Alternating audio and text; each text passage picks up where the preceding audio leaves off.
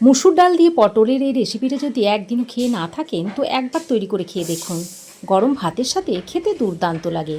নমস্কার বন্ধুরা, তিয়াশাস রেসিপিতে সকলকে স্বাগত জানাই। আমার আজকের রেসিপি হলো মুসুর ডাল দিয়ে পটলের দুর্দান্ত স্বাদের রেসিপি। চলুন তাহলে রেসিপিটা দেখে নিই। তো এখানে আমি বেশ কয়েকটা পটল নিয়েছি।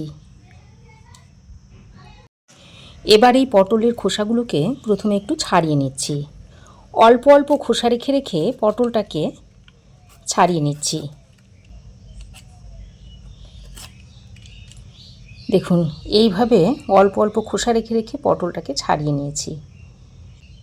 সব পটলগুলোকে ওই একইভাবে অল্প অল্প খোসা রেখে রেখে ছাড়িয়ে নেব। এইভাবে অল্প খোসা থাকলে কি হয়, পটলটা রান্নার পর আর গলে যায় না, আর খেতে টেস্টিও হয়। তো সব পটলের খোসা আমি ছাড়িয়ে নিয়েছি। এবার আমি এই পটলের দুই মুখটা কেটে বাদ দিয়ে দিচ্ছি।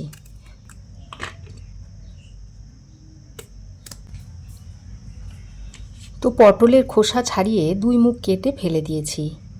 এবার আমি এই পটলের দু মুখটাকে একটু এইভাবে কাট করে দিচ্ছি, যাতে মশলাগুলো ভালোভাবে ভিতরে ঢুকে যায়। সব পটলের খোসা ছাড়িয়ে দুই মুখ এইভাবে কাট করে নিয়েছি। এবার আমি এখানে 50 গ্রাম মতো মুসুর ডাল নিয়েছি। এবার এই মুসুর ডালটাকে পরিষ্কার জল দিয়ে ভালো করে ধুয়ে নিচ্ছি।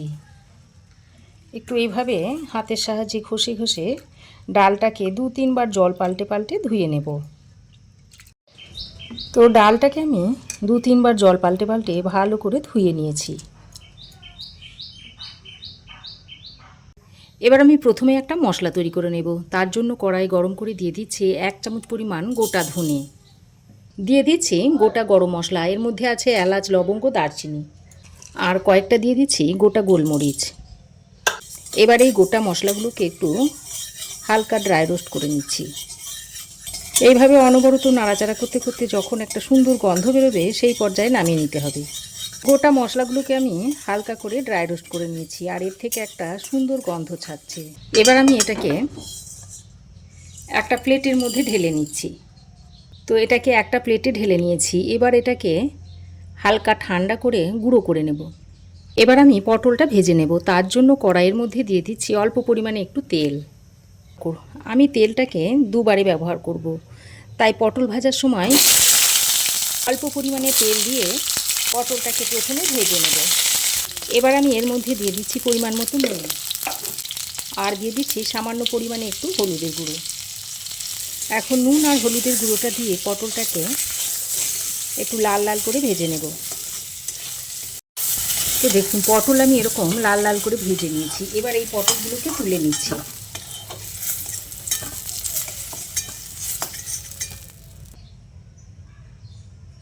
পটল ভেজে তুলে নেবার পর ওই তেলের সঙ্গে আরও একটু তেল দিয়ে দিচ্ছি।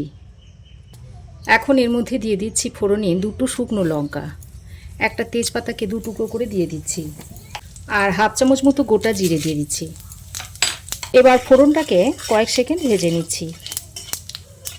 এবার আমি এর মধ্যে কুচনো পেঁয়াজ দিয়ে দিচ্ছি। এখানে আমি 2টো মিডিয়াম সাইজের পেঁয়াজকে মিহি করে কুচিয়ে নিয়েছি, সেইটা এর মধ্যে দিয়ে দিয়েছি। এবার পেঁয়াজটাকে বেশ লাল লাল করে ভেজে নিতে হবে। পেঁয়াজ যদি লাল করে ভাজা না হয় তাহলে তরকারি টেস্ট কিন্তু ততটা ভালো হবে না, তাই পেঁয়াজটাকে একটু লাল লাল করে ভেজে নেব।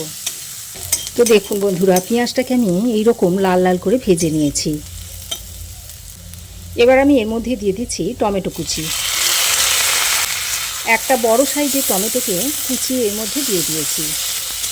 টমেটোটাকে পেঁয়াজের সঙ্গে 2-1 বার নাড়াচাড়া করে মিশিয়ে নিয়ে এবার আমি এর মধ্যে পরিমাণ মতো নুন দিয়ে দিচ্ছি। এই নুনটা দেওয়ার কারণে টমেটোটা খুব তাড়াতাড়ি নরম হয়ে যাবে। টমেটোটা দিয়ে পেঁয়াজের সঙ্গে বেশ কিছুক্ষণ ভেজে নিয়ে এবার আমি এর মধ্যে দিয়ে দিচ্ছি 1 চামচ পরিমাণ আদা ও রসুনের পেস্ট। আদা ও রসুনের পেস্টটা দিয়ে টমেটোর সঙ্গে কিছুক্ষণ ভেজে নিচ্ছি, যাতে আদা রসুনের কাঁচা গন্ধটা চলে যায়। দেখুন আদা রসুনটা দিয়ে কিছুক্ষণ ভেজে নিয়েছি। এবার আমি এর মধ্যে দিয়ে দিচ্ছি হাফ চামচ পরিমাণ হলুদ গুঁড়ো, আর কালারের জন্য দিয়ে দিচ্ছি হাফ চামচ পরিমাণ কাশ্মীরি লঙ্কার গুঁড়ো। কাশ্মীরি লঙ্কার গুঁড়ো আর হলুদ গুঁড়োটা দিয়ে আবারও মশলার সঙ্গে ভালো করে মিশিয়ে নিচ্ছি। মশলাটা যাতে পুড়ে না যায় তাই সামান্য পরিমাণে একটু জল দিয়ে গুঁড়ো মশলাটাকে বেশ খানিকক্ষণ ভালো করে কষিয়ে নিচ্ছি। যতক্ষণ না মশলা থেকে তেল ছেড়ে না আসছে ততক্ষণ মশলাটাকে এইভাবে কষিয়ে যাব।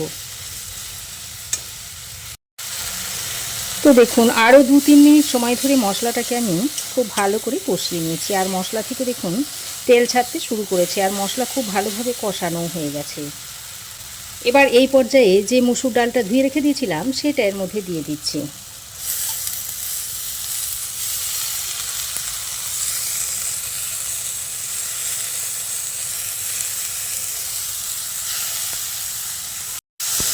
মুসুর ডালটা দিয়ে মশলার সঙ্গে ভালো করে 2 মিনিট মতো কষিয়ে নেব।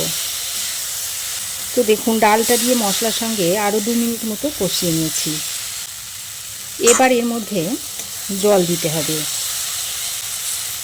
তো তার আগে আমি ভেজে রাখা পটলটা এর মধ্যে দিয়ে দিচ্ছি।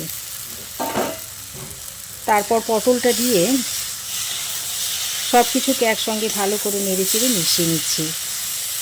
এবার আমি এর মধ্যে পরিমাণ মতো জল দিয়ে দিচ্ছি। জলটা দিয়ে সব কিছুকে একসঙ্গে মিশিয়ে নিচ্ছি। আর ভাজার সময় পটলটা বেশ খানিকটা সেদ্ধ হয়েছিল। এখন আমি জল দিয়ে মুসুর ডালের সঙ্গে পটলটাকে আরও কিছুক্ষণ সেদ্ধ করে নেব। তো জলটা দিয়ে ভালো করে নেড়েচেড়ে মিশিয়ে নিয়েছি। এবার আমি এর মধ্যে 2টো চেরা কাঁচা লঙ্কা দিয়ে দিচ্ছি। আর এই পর্যায়ে একটু নুনটাকে চেক করে নেবেন। তারপর আমি ঢাকা দিয়ে 7-8 মিনিট মতো রান্না করে নেব। ঢাকা দিয়ে আমি 7-8 মিনিট রান্না করে নিয়েছি। আর দেখুন ডাল ভালোভাবে সেদ্ধ হয়ে গেছে, পটলও খুব সুন্দর সেদ্ধ হয়ে গেছে। এবার আমি যে ভাজা মশলাটা গুঁড়ো করে রেখে দিয়েছিলাম তার থেকে এই 1.5 চামচ মতো এর মধ্যে দিয়ে দিচ্ছি। তারপর ভালো করে মিশিয়ে নিচ্ছি। আর সবশেষে 1 চামচ পরিমাণ ঘি ছড়িয়ে রান্নাটা শেষ করব। তো ভালো করে আরও একবার নেড়েচেড়ে মিশিয়ে নিয়েছি। এখন গ্যাসের ফ্লেম বন্ধ করে ঢাকা দিয়ে আরও কিছুক্ষণ স্ট্যান্ডিং টাইমে রেখে দিচ্ছি। তারপর আপনাদের দেখাচ্ছি। মুসুর ডাল দিয়ে পটলের এই রেসিপিটা দেখতে কি দুর্দান্ত হয়েছে দেখুন। গরম ভাতের সাথে খেতে অসাধারণ লাগে। এইভাবে খেয়ে না থাকলে অবশ্যই একবার তৈরি করে খেয়ে দেখুন। আর কেমন হয়েছে কমেন্টে জানাতে ভুলবেন না কিন্তু। তো রেসিপি কেমন হলো অবশ্যই একটা কমেন্ট করে জানাবেন। ভালো লাগলে একটা লাইক ও শেয়ার করবেন। পাশে থাকা বেল আইকনটা অবশ্যই প্রেস করে দেবেন। আর আমার চ্যানেলে যদি নতুন হয়ে থাকেন তো প্লিজ চ্যানেলটাকে সাবস্ক্রাইব করার অনুরোধ রইল। আজ এ পর্যন্তই। আবার দেখা হবে নতুন কোনো রেসিপি নিয়ে নেক্সট এপিসোডে। সে পর্যন্ত ভালো থাকবেন, সুস্থ থাকবেন। ধন্যবাদ।